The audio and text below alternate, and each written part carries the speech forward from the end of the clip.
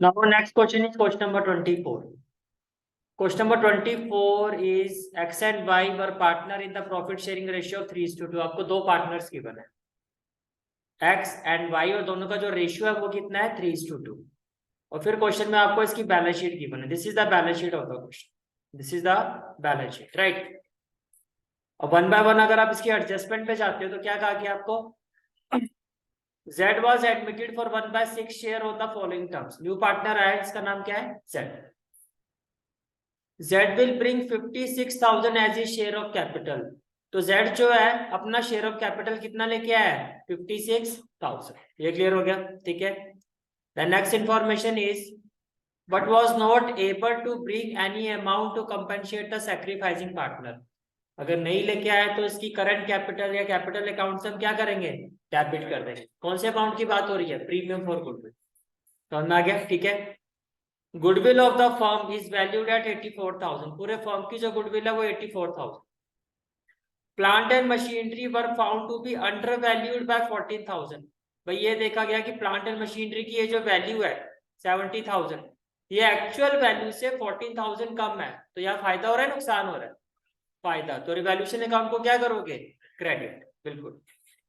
Building was to brought up to 1,09,000. पहले building की value कितनी थी 98,000. अब कितनी होगी 1,09,000. बढ़ रही है, तो ये भी क्या हो रहा है, फायदा हो रहा है. तो ये भी क्या होगा, क्रेडिट होगा. All debtors are good. इसमें जो आपका प्रोविजन है ये भी खत्म हो जाएगा. तो इसमें भी क्या हो गया, आपको फायदा हो गया, ठीक है. फिर आपको ये कहा गया क्वेश्चन में, next information is capital of X and Y will be adjusted on the basis of Z share. Z का शेयर कितना है 56,000 and adjustment will be done by opening necessary current account. में ये कहा गया है कि देखो Z का कैपिटल शेयर गिवन है और Z का जो शेयर है प्रॉफिट शेयर वो भी गिवन है. अगर मैं इसका रेसिप्रोकल कर दूंगा लाइक 56,000 इंटू 6 करता हूं तो what I will get the capitalised value of firm. I will get the capitalised value of firm कि फर्म की कैपिटल इतनी होनी चाहिए, राइट. उसके अकॉर्डिंगली फिर आपको क्या करना होगा, न्यू प्रॉफिट शेयरिंग रेशियो निकालोगे. क्या निकालोगे, न्यू प्रॉफिट शेयरिंग रेशियो. और न्यू प्रॉफिट शेयरिंग रेशियो जो भी होगा X और Y का, उसके अकॉर्डिंगली फिर आपको ये पता चल जाएगा कि न्यू कैपिटल शेयर दोनों का कितना होना चाहिए. ये समझ में आ गया, ठीक है. अब अगर मान लो X का कैपिटल शेयर होना चाहिए 1 लाख, लेकिन अभी उसका कितना है 80,000, तो वो 20,000 और लेके आएगा.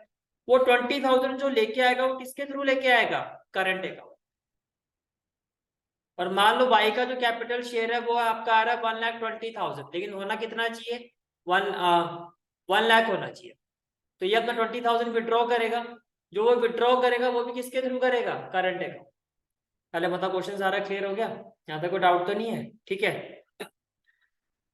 पहले तो देखो goodwill of the firm is valued at 84,000. Goodwill of the firm is valued at 84,000. तो फर्स्ट ऑफ ऑल अगर मैं प्रीमियम फॉर गुडविल निकालूं तो Z का शेयर कितना है 1/6 और फर्म की गुडविल कितनी है 84,000. तो 84,000 इंटू 1/6 करोगे तो ये क्या आ जाएगा, प्रीमियम फॉर गुड. क्या आ जाएगा, प्रीमियम फॉर गुड, राइट. अब मुझे ये बताओ, कैन आई से दैट इस क्वेश्चन में देखो अपार्ट फ्रॉम दो ही इंफॉर्मेशन गिवन है ना, एक तो X और Y का शेयर गिवन है, 3:2 रेशियो गिवन है, राइट. और न्यू पार्टनर का शेयर गिवन है 1/6. तो कौन सा केस हो गया ये, केस 1. कुछ याद आ रहा है, अपार्ट फ्रॉम दिस कोई और इन्फॉर्मेशन तो गिवन नहीं है. तो ऐसे केसेस में आपको याद होगा हमने क्या पढ़ा था कि यही हमारा क्या होगा, सैक्रिफाइसिंग रेशियो. समझ में आ रहा है, जब ओल्ड पार्टनर का रेशियो गिवन होता है और न्यू पार्टनर का शेयर गिवन होता है, इन दैट केस जो सैक्रिफाइसिंग रेशियो होता है वो भी यही होता है, उसको निकालने की जरूरत ही नहीं था. ये बात समझ में आ रही है, ठीक है. तो कहने का मतलब ये है कि सैक्रिफाइसिंग रेशियो कितना होगा 3:2. कितना होगा 3:2. तो अब ये जो प्रीमियम फॉर गुडविल अमाउंट आ रहा है 14,000, इसमें से X को कितना मिलेगा 14,000 इंटू 3/5. ये चीज समझ में आ रही है, ये आपका आ जाएगा 8400. ये क्लियर हो गया. और Y को कितना मिलेगा 14,000 इंटू 2/5, ये हो गया 5,600. इसमें कोई डाउट है तो बताओ. ये सारी बात क्लियर है, ठीक है. अगर मैं इसकी अब एंट्री बनाऊं तो क्या होगी, क्वेश्चन में कहा गया जो भी एडजस्टमेंट होगी वो किसके थ्रू होगी। और वैसे भी देखो जेड तो जो है वो अपना प्रीमियम लेके ही नहीं आया, तो ऑब्वियसली इसके करंट अकाउंट को क्या करोगे, डेबिट। तो जेड का करंट अकाउंट कितने अमाउंट से डेबिट होगा, 14,000 से। इस 14,000 में से एक्स को कितना शेयर मिलेगा, 8400। इस 14,000 में से वाई को कितना शेयर मिलेगा, 5600। पहले बताओ ये सारी चीजें क्लियर, इसमें कोई डाउट तो नहीं है, ठीक है। अब आप क्वेश्चन में देखो आपको क्या क्या कहा गया, आपको क्वेश्चन में कहा गया है you are required to prepare revaluation account. तो पहले रिवैल्यूएशन अकाउंट बना लेते हैं, ठीक है। तो रिवैल्यूएशन अकाउंट के लिए आपके पास आपको जरूरत पड़ेगी थर्ड और फोर्थ पार्ट की, राइट। और तो कहीं कुछ रिवैल्यूएशन वाली बात है नहीं। प्लांट एंड मशीनरी की वैल्यू अंडर वैल्यूड है 14,000, तो 14,000 से इंक्रीज हो जाएगी। तो 14,000 का आपको क्या हो गया, प्रॉफिट। तो क्या करोगे, क्रेडिट। तो रिवैल्यूएशन अकाउंट में आपने लिखा क्रेडिट साइड में, रिवैल्यूएशन अकाउंट में आप क्रेडिट साइड में लिखोगे, मैं यहाँ लिख देता हूँ, ये क्रेडिट साइड है आपकी और ये आपकी क्या है, डेबिट साइड। तो रिवैल्यूएशन अकाउंट में और क्रेडिट साइड में लिखोगे by plant and machinery account 14,000। ये क्लियर हो गया पॉइंट, ठीक है। उसके बाद जो नेक्स्ट पॉइंट है आपका वो क्या है, next point is building was to brought up to 1,09,000। भाई बिल्डिंग की जो वैल्यू है वो कहां तक चली गई है, 1,09,000, तो बढ़ गई, फायदा हो रहा है। तो क्या करोगे, क्रेडिट। तो क्या ये चीज समझ में आ रही है, बाय बिल्डिंग अकाउंट 1,09,000 माइनस 98,000। तो जब आप इसको सॉल्व करोगे तो 9 - 8 1 10, तो कहने से 11,000 का आपको फायदा हो रहा है। 11,000 से आपने क्या कर दिया, क्रेडिट कर दिया। ये क्लियर हो गया, ठीक है। उसके बाद नेक्स्ट इंफॉर्मेशन क्या है आपकी, all debtors are good, it means provision की कोई रिक्वायरमेंट नहीं है। तो ये 7,000 का भी आपको क्या हो गया, फायदा हो गया, ठीक है। इसको भी क्या करोगे, क्रेडिट करोगे। तो आपने लिखा by provision for doubtful debt account, ये कितना, by provision for doubtful account, ये कितना हो गया आपका 7। इसके अलावा कोई भी इंफॉर्मेशन क्वेश्चन में आपके रिवैल्यूएशन अकाउंट से रिलेटेड नहीं है। करें आप इसको सॉल्व, ठीक है। तो जब आप इसको सॉल्व करोगे तो इसका टोटल आएगा 32,000, यही आया होगा आपका, ठीक है। 32,000 को आप एक्स और वाई का होल शेयर कितना है, 3:2। तो देखो एक्स को कितना मिलेगा, 32,000 इंटू 3/5।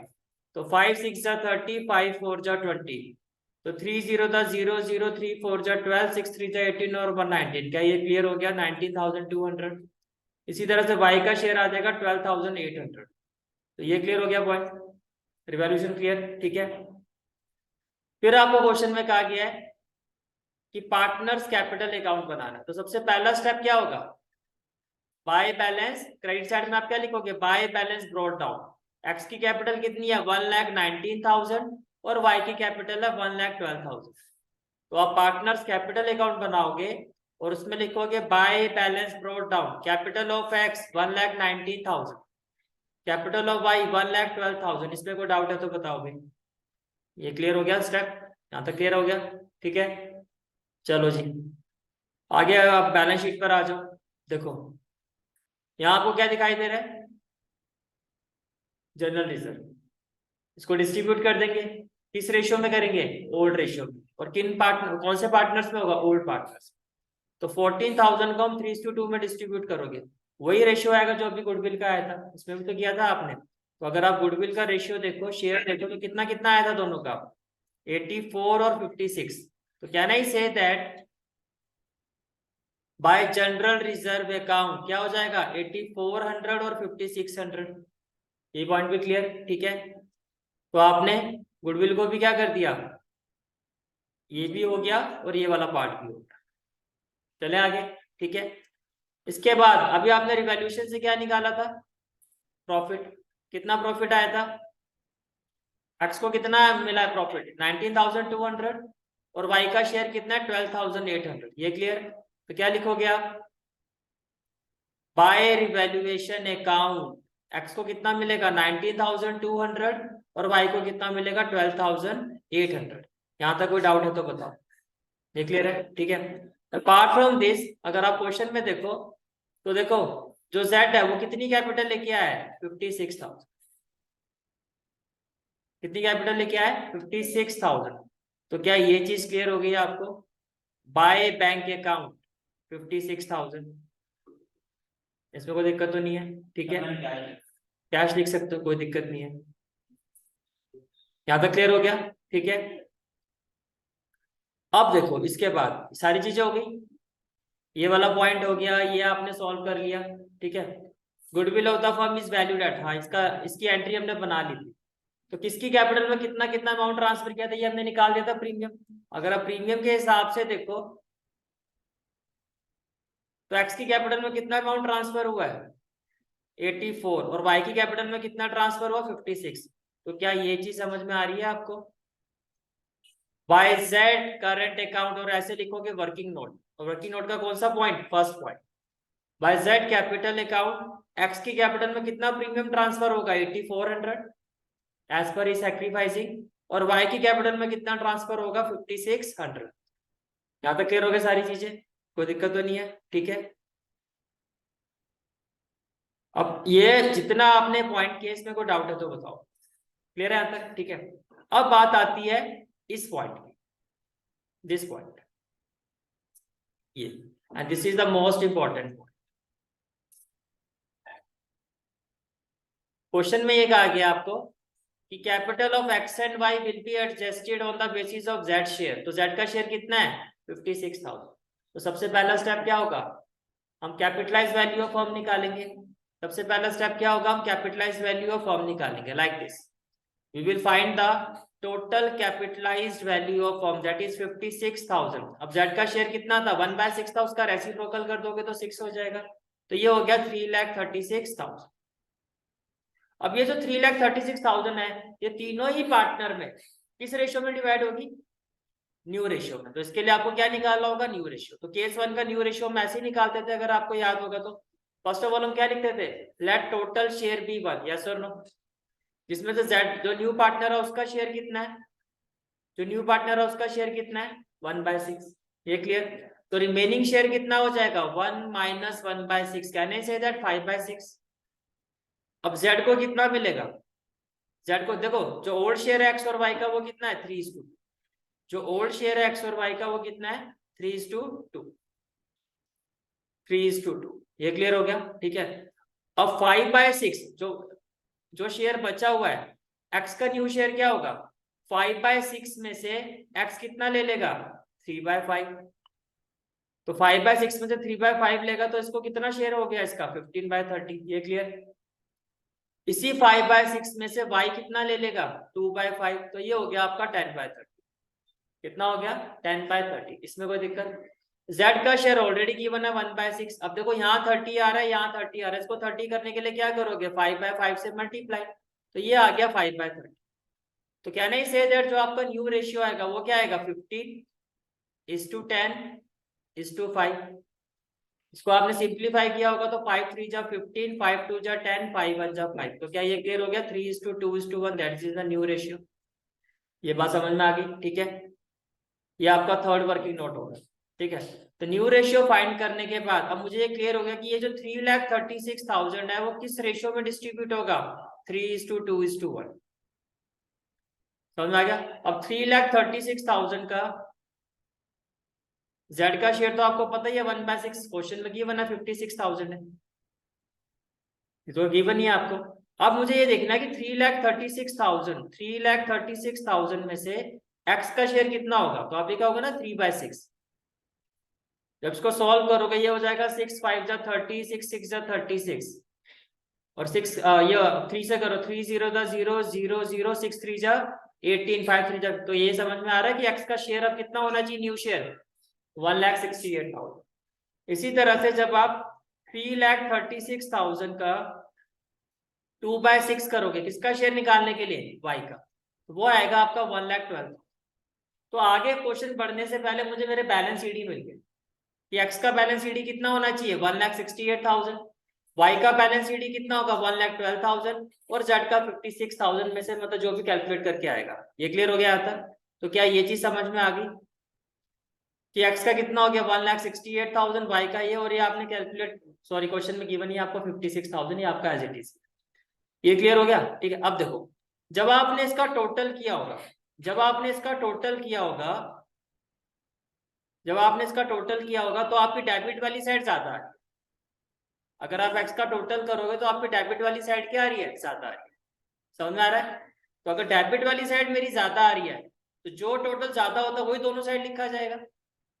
और अगर ये साइड ज्यादा है तो इसका मतलब क्या है कि इसको कैश लाना पड़ेगा। और वो किसके थ्रू लाएगा, as per question current account. तो यहाँ आपने लिखा बाय एक्स करंट अकाउंट 13,000। ये बात समझ में आ गई? ठीक है। इसी तरह से जब आपने वाई का टोटल किया तो वाई की जो क्रेडिट वाली साइड है वो ज्यादा आ रही है। वाई के केस कितनी आ रही है, 1,36,000। कितनी आ रही है, 1,36,000। और रिक्वायरमेंट कितनी है, 1,12,000। तो ये और पैसा लेके आएगा या निकालेगा, निकालेगा। किसके थ्रू निकालेगा, करंट अकाउंट। तो ये कितना है, जो भी इसका डिफरेंस है वो आपका आया होगा टू वाइज करंट अकाउंट 24,000।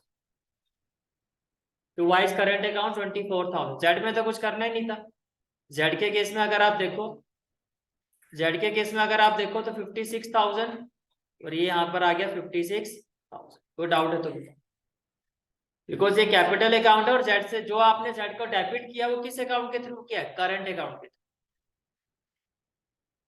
समझ में आ रही है मेरी बात, या दोबारा बताओ? क्लियर हो गया यहाँ तक? ठीक है। तो this is the final answer of this question. कुछ और पूछा था इसमें, कुछ पूछना है? क्लियर हो गया क्वेश्चन? ठीक है।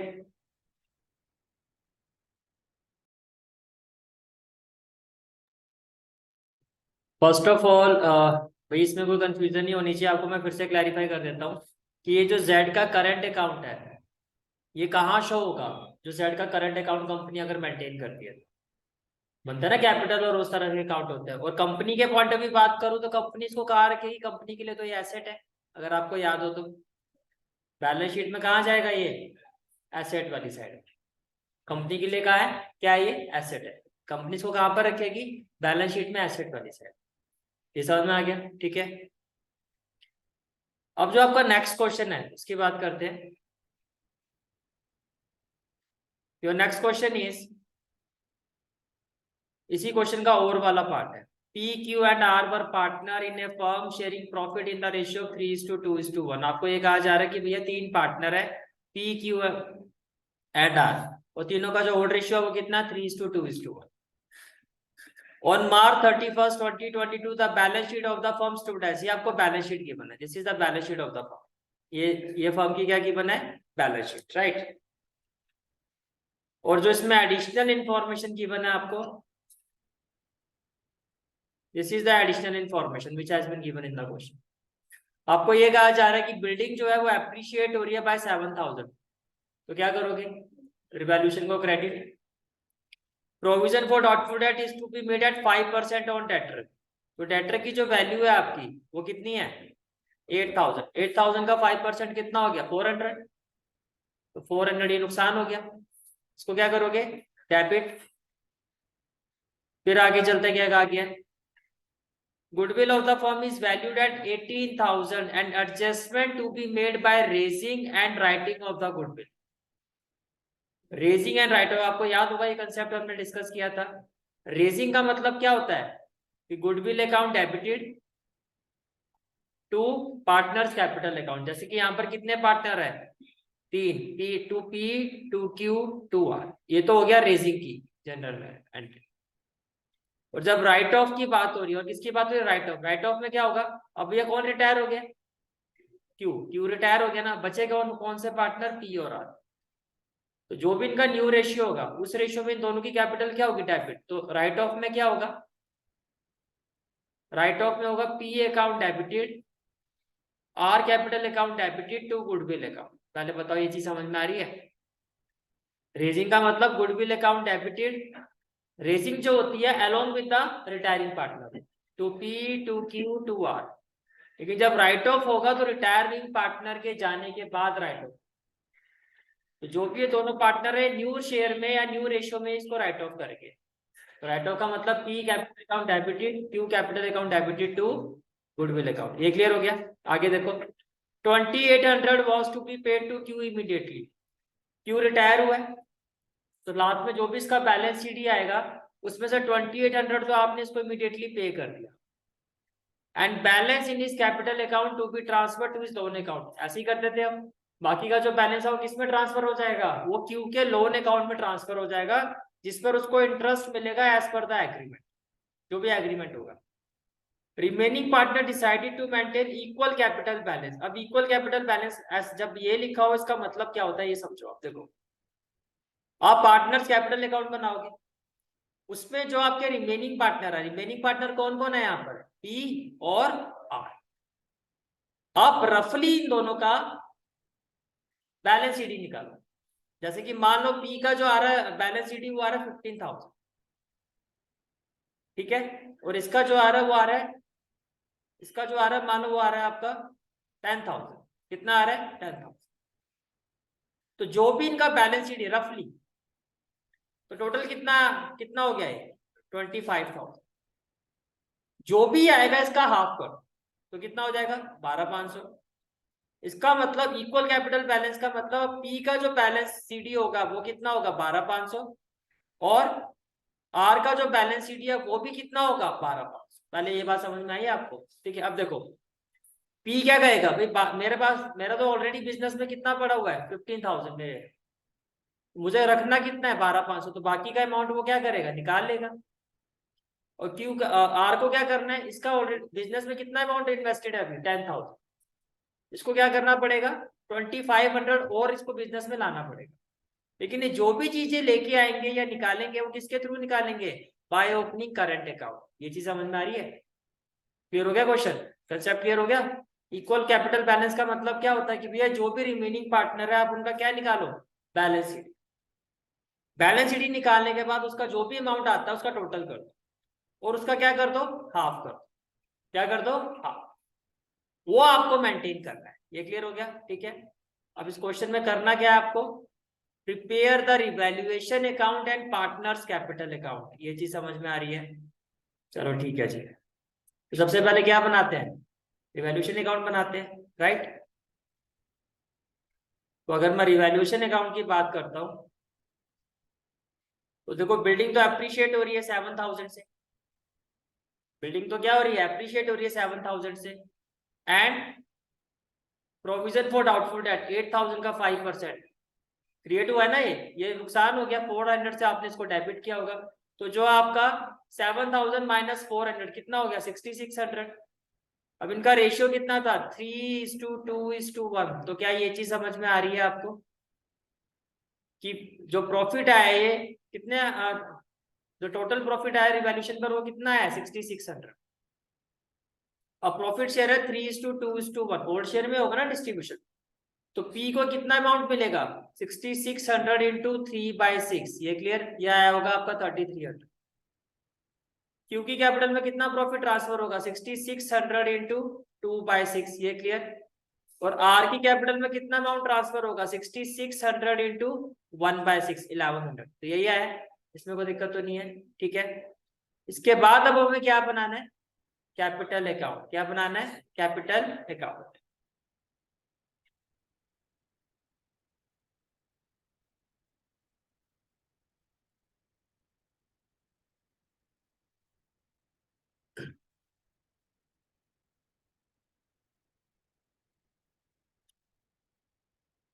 This is your capital account. First of all शुरुआत कहां से होगी, to balance brought by balance brought down से। तो देखो कैपिटल बैलेंस कितना है पी क्यू आर का, 15,000, 10,000, 10,000। तो आपने क्या लिखा होगा, क्रेडिट साइड में आपने लिखा होगा bye balance brought down, bye balance brought down 15,000, 10,000, 10,000। ये क्लियर हो गया, ठीक है। अभी रिवैल्यूएशन अकाउंट से हमने प्रॉफिट निकाला था, पी का शेयर कितना आया था, 33, 22 और 1100। ये भी क्रेडिट साइड में होगा। जिस भी रीजन से कैपिटल इंक्रीज हो रही है हम क्या करेंगे, क्रेडिट करेंगे। तो आप इस तरह से लिखोगे, by revaluation account, by revaluation account, by revaluation account. P की कैपिटल में कितना अमाउंट क्रेडिट होगा, 3,300, 2,200 और 1100। ये क्लियर हो गया, ठीक है। इतना करने के बाद बैलेंस शीट में देखो और कुछ गिवन है, प्रॉफिट एंड लॉस अकाउंट क्या है पूरा, क्या करेंगे इसको, डेबिट। किस रेशियो में, 3:2:1। तो क्या ये चीज समझ में आ रही है आपको? तो आपने जब इसको डेबिट किया होगा 1200 और ऑड रेशियो कितना है 3:2:1, तो पी को कितना ट्रांसफर किया होगा 3/6, 6×2 = 12, ये तो सभी में रहेगा, तो यहाँ आएगा 600। फिर क्यू के केस में क्या हो गया होगा 2/6, तो ये हो गया होगा 400। और आर के केस में क्या हो गया होगा 1/6, तो ये आया होगा आपका 200। ये क्लियर हो गया, ठीक है। चलो जी, इसके बाद सबसे इंपॉर्टेंट पॉइंट ये हो गया हमारा, ये भी हो गया। This is the most important point, goodwill of the firm is valued at 18,000। तो मैंने क्या कहा, जब आपको रेज करना है तो क्या एंट्री होगी, goodwill account debited to P to Q to R, और किस रेशियो में, ओल्ड रेशियो। ये क्लियर हो गया, ठीक है।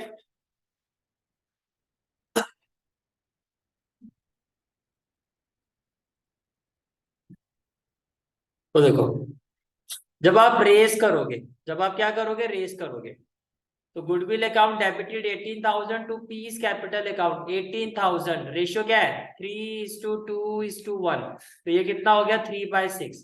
तो देखो 6 तो सभी के नीचे आएगा, तो मोटा मोटा आप समझो 3,000 से मल्टीप्लाई करना है, 3,000 इंटू 3 9,000, 3,000 इंटू 2 ये आपका आया होगा 6,000, और 3,000 इंटू 1 ये आपका आया होगा 3,000। ये क्लियर हो गया। तो जब हम गुडविल रेस करते हैं तो ये एंट्री पास होती है। ये क्लियर हो गया। तो अगर मैं इसको इस तरह से लिखूं यहाँ पर, तो ये समझ में आ रहा है आपको, गुडविल आपने रेस किया है तो पी की कैपिटल क्रेडिट हुई है, क्यू की कैपिटल भी क्रेडिट हुई है, और आर की कैपिटल भी क्या हुई है, क्रेडिट हुई। ये क्लियर हो गया। इसके बाद जब राइट ऑफ करते हैं तो क्या करना होता है, जो इनका न्यू रेशियो क्या होगा भैया, ये आपका ओल्ड रेशियो था, ये पार्टनर रिटायर हो गया और तो कुछ गिवन है नहीं, तो यही आपका न्यू रेशियो हो गया 3:1। तो इसी रेशियो में क्या कर दोगे आप, डेबिट। इसी रेशियो में आप क्या कर दोगे, डेबिट। तो आपने यही एंट्री बनाई होगी, P's capital account debited, R's capital account. Write off जो होगा वो रिटायरिंग पार्टनर के जाने के बाद होगा। अमाउंट कितना है आपका गुडविल का 18,000, तो यहाँ पर क्या आएगा आपका 18,000। ये क्लियर हो गया, ठीक है। तो 18,000 में से पी की कैपिटल में कितना ट्रांसफर होगा, 3:1 है ना, तो आपने क्या होगा 3/4। तो 4 4 जा 16, 4 5 जा 20, 5 3 जा 15, और ये आएगा 13,500, तो यही आ रहा होगा आपका। और आर की कैपिटल में कितना ट्रांसफर होगा, अब इनकी कैपिटल क्या हो रही है, डेबिट। अब इनकी कैपिटल क्या हो रही है, डेबिट। तो देखो इधर,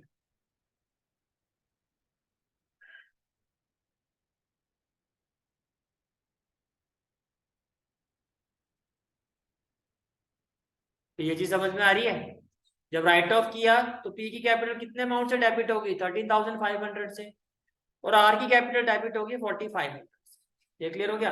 अब नेट इफेक्ट निकालो। अब फर्म पी को क्या कहेगी, फर्म पी को यही कहेगी ना भाई, हमने आपसे 3,500 लेना और 9,000 देना है, तो आप हमें 4,500 दे दो। हमने आप क्यू के साथ तो कुछ भी नहीं है, क्यू को तो सिर्फ क्रेडिट ही करना है, तो ये हो गया 6,000, ठीक है ना। और इधर देखो, अगर मैं आर की बात करता हूँ तो आर को फर्म क्या कहेगी, हमने आपको 3,000 क्रेडिट करना है और आपसे लेना कितना 4,500, तो कितना आपसे फर्म लेगी 1,500। तो अगर आप इसकी नेट एंट्री बनाओ, नेट इफेक्ट पर एंट्री बनाओ, तो यही बनेगी ना आपकी, पी डेबिट होगा 4,500 से, आर डेबिट होगा 1,500 से, और टू क्या हो जाएगा क्यू, ये कितना हो जाएगा आपका 6,000। इसमें कोई डाउट है तो बताओ। अब देखो, अगर नॉर्मल केस में अगर आप इस चीज को हटा दो, तो नॉर्मल केस में भी तो हम यही एंट्री बनाते, भैया 18,000 है, जो रिटायरिंग पार्टनर है उसका शेयर कितना है 3:2:1 है ना, रिटायर कौन हुआ है क्यों, तो उसका शेयर कितना है 2/6, यही शेयर है। तो अगर मैं इसका 2/6 निकालूंगा, 2 1 जा 2, 2 3 जा 6, तो 6,000 ही तो आएगा। इसका मतलब रिटायरिंग पार्टनर की जब कंपेंसेट करेंगे, दोनों ही पार्टनर यहाँ पर गेन कर रहे हैं, दोनों ही पार्टनर यहाँ पर क्या कर रहे हैं, गेन कर रहे हैं, और किस रेशियो में कर रहे हैं 3:1 में। तो तब अगर आप इसकी एंट्री बनाओगे तो यही तो बनाओगे कि पी डेबिट होगा आपका कितने अमाउंट से 4,500 से, और आपका जो आर है वो डेबिट होगा कितने अमाउंट से 1,500 से, और टू क्या हो जाएगा 2Q 6,000। यही करते थे ना, यहाँ भी यही हो रहा है, लेकिन यहाँ पर आपको क्वेश्चन में उसने ये कह दिया कि भैया रेज और राइट ऑफ करके दिखाओ, तो करके दिखाना पड़ रहा, अदरवाइज नेट इफेक्ट तो देखो वही आएगा, लेकिन उसने कहा है तो करके दिखाना। अदरवाइज नॉर्मल वे में तो हम यही करते हैं ना कि जो रिटायरिंग पार्टनर है उसका शेयर निकालते हैं, और बाकी के जो पार्टनर है गेनिंग है तो दोनों की कैपिटल डेबिट होगी और उसको उसका जिस भी रेशियो में वो गेन कर रहा है उस रेशियो में उसको कंपेंसेट करेंगे। ये चीज समझ में आ रही है? तो देखो रेजिंग की एंट्री तो यही बनेगी ना, रेजिंग में तीनों पार्टनर की कैपिटल क्या हुई है, क्रेडिट हुई है। जब आप रेजिंग की एंट्री बनाओगे तो क्या ये चीज समझ में आ रही है, बाय गुडविल अकाउंट 9,000 6,000 3,000, और जब आपने राइट ऑफ किया, जब आपने राइट ऑफ किया तो उसकी एंट्री क्या होगी, to goodwill account write off, इसकी क्या एंट्री होगी, 30,500 से पी कैपिटल डेबिट होगा और 4,500 से आर कैपिटल डेबिट होगा। कोई दिक्कत है तो बताओ, ये क्लियर हो गया? ठीक है, इसके बाद देखो जो आपको बोला गया नेक्स्ट पॉइंट पर, that is 2,800 was to be paid to Q immediately. तो पहले इसको सॉल्व करते हैं। तो जब आपने क्यू का सीडी निकाला होगा, जब आपने क्यू का अमाउंट निकाला होगा तो देखो 18,200, टोटल कितना पे करना है, 18,200, राइट। 18,200 में से कितना आपने लेस किया होगा, 400। 18,200 में से 400 आपने ये लेस कर दिया होगा, किया था ना ये P&L अकाउंट वाला, तो ये आपका लेस करके कितना आया होगा, 0 0 12 में से 4 किया 8, 17,800 आ रहा है। अब आपको ये चीज समझ में आ रही है, क्यू को फर्म को 17,800 देना है। 17,800 में से इमीडिएटली फर्म ने कितना दे दिया, 2,800, ये माइनस कर दो, तो फाइनली जो फर्म है वो इसको कितना देगी, 15,000 ही तो देगी। और ये जो 15,000 है वो किस में ट्रांसफर होगा, क्यू लोन अकाउंट, किसमें ट्रांसफर होगा, क्यू लोन अकाउंट। ये क्लियर होगी बात, ये चीज समझ में आ रही है? ठीक है, फिर मैंने क्या कहा, फिर ये जो नेक्स्ट वाला पॉइंट है इसको कैसे सोल्व करना बताया आपको, कि remaining partner decided to maintain equal capital balance. इसमें क्या करने को कहा था कि दोनों का पहले क्या रफली क्या निकालोगे, दोनों पार्टनर का सीडी, किसका, पी और आर का। तो जब आपने वो सीडी निकाला होगा वो भी मैं आपको बताया था कितना आना चाहिए आपका, तो पी का आपका आया होगा सीडी या क्लोजिंग बैलेंस आया होगा 13,200, यही आया था।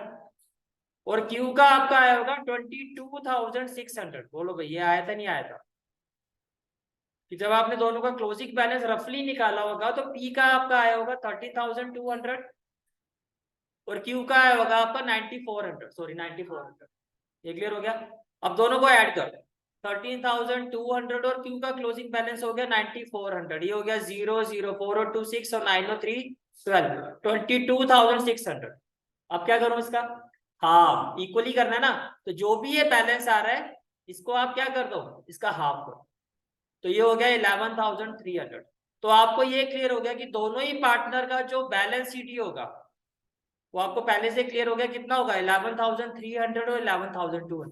इक्वल बैलेंस का समझ में आया, इक्वल कैपिटल बैलेंस का मतलब क्या होता है, ये चीज क्लियर होगी? ठीक है, अब देखो, अब आपने क्या किया होगा इसका, अब आपने बैलेंसिंग फिगर निकाला होगा जब, तो आपने ये देखा होगा कि पी के केस में आप देखोगे जो टोटल आ रहा है आपका, पी के केस में जो टोटल है वो आपका कौन सी साइड का ज्यादा आएगा, इसका क्रेडिट साइड का 27,300 आया होगा, कितना आएगा 27,300। यही टोटल आपने यहाँ भी लिखा होगा 27,300। समझ में आ गया? ठीक है, इसका मतलब ये क्या है, आपको पहले से ही पता है, ये चीज आपको यहाँ से समझ में आ गई, भैया मेंटेन करना है 11,300 और ऑलरेडी इसका बिजनेस में कितना पड़ा हुआ 13,200, वो तो पैसे निकालेगा ही ना। और पैसे अगर विड्रॉ किए जाते हैं तो कौन सी साइड पे किए जाते हैं, डेबिट साइड। पैसे विड्रॉ करने का मतलब बिजनेस से आपकी कैपिटल कम हो रही है, आप कैपिटल से उतना पैसा बाहर निकाल रहे हो। इसका बैलेंस देखो 0 0 12 में से 3 क्या 9, तो इसने कितना अमाउंट निकालेगा 1,900 इसने विड्रॉ कर लिया टू पीस करेंट अकाउंट 1,900। ये समझ में आ रही है? इसका भी आपको सीधा सीधा समझ में आ रहा है कि भैया मेंटेन तो करना है आर को, कितना आर को मेंटेन करना है 11,300, लेकिन बिजनेस में कितना अमाउंट पड़ा हुआ 9,400, तो इसको इतना पैसा लेके आना पड़ेगा। वो आप डायरेक्टली देख लो 0 0 13 में से 4 क्या व्हाट 9 और 10 में से इसको भी 1,900 लेके आ रहा है, लेके आएगा तो कैपिटल में पैसा डालेगा, तो कैपिटल बिजनेस में बढ़ेगी तो क्या करेगा, क्रेडिट करेगा। तो इसका मतलब क्या, by R's current account, by R's current account कितना अमाउंट आ जाएगा 1,900। ये आपका समझ में आ गया, ठीक है।